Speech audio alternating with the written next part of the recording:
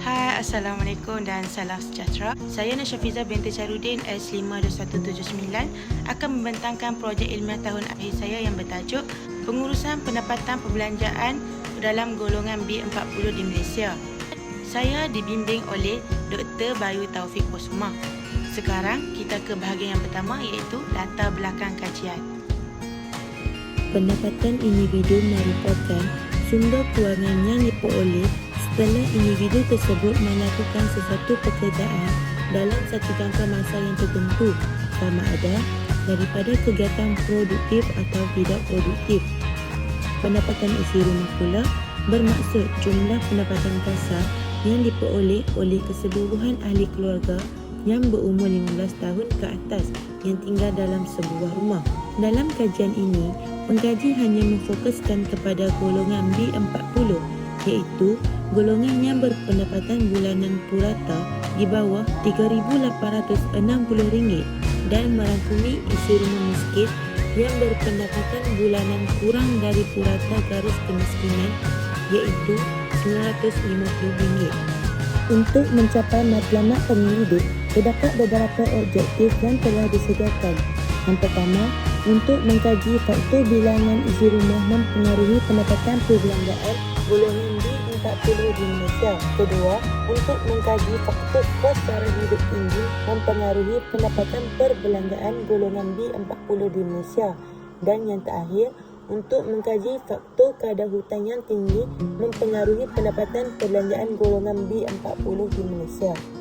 Bagi kaedah yang digunakan dalam kajian ini, iaitu yang pertama, analisis regresi. Kedua, ujian kebolehpercayaan, iaitu reliability test.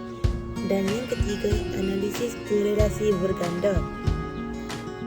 Bagi analisis kajian, iaitu yang pertama, analisis deskriptif.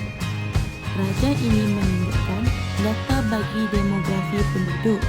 Dalam raja ini, terdapat data bagi jantina responden, umur responden, bangsa dan status responden. Dalam raja yang seterusnya, terdapat data bagi pendapatan bulanan responden, kawasan penempatan dan pekerjaan responden. Bagi ujian kesahan dan kebolehpercayaan, penyelidik telah menggunakan Cronbach's alpha untuk mencari nilai hasilnya. Dengan nilai yang lebih tinggi, bermakna ia mempunyai kebolehpercayaan yang lebih tinggi dari hasil soal selanjutnya. Nilai Cronbach's alpha dari 0.6 hingga 0.9 atau lebih dari 0.9 dianggap sebagai hasil soal sidik itu dapat diterima. Sementara alfa di bawah 0.6 tidak dapat diterima dan harus dikeluarkan. Berdasarkan hasil statistik bagi pemboleh ubah bebas dan pemboleh ubah bersandar menunjukkan nilai yang tinggi, iaitu 0.955 bagi mempunyai isi rumah yang ramai, 0.946 bagi kos sara hidup yang tinggi dan 0.951 bagi kadar hutang yang tinggi. Seterusnya, 0.949 bagi pemboleh ubah bersandar, iaitu pendapatan perbelanjaan golongan B40 di Malaysia. Oleh itu, pemboleh ubah bebas dan pemboleh ubah bersandar akan diambil dan tidak akan dihapuskan. Seterusnya, korelasi Pearson. Berdasarkan ringkasan korelasi Pearson, kadar hutang yang tinggi adalah signifikan terkuat dengan faktor pendapatan perbelanjaan golongan B40 di Malaysia, iaitu R sama dengan 0.852.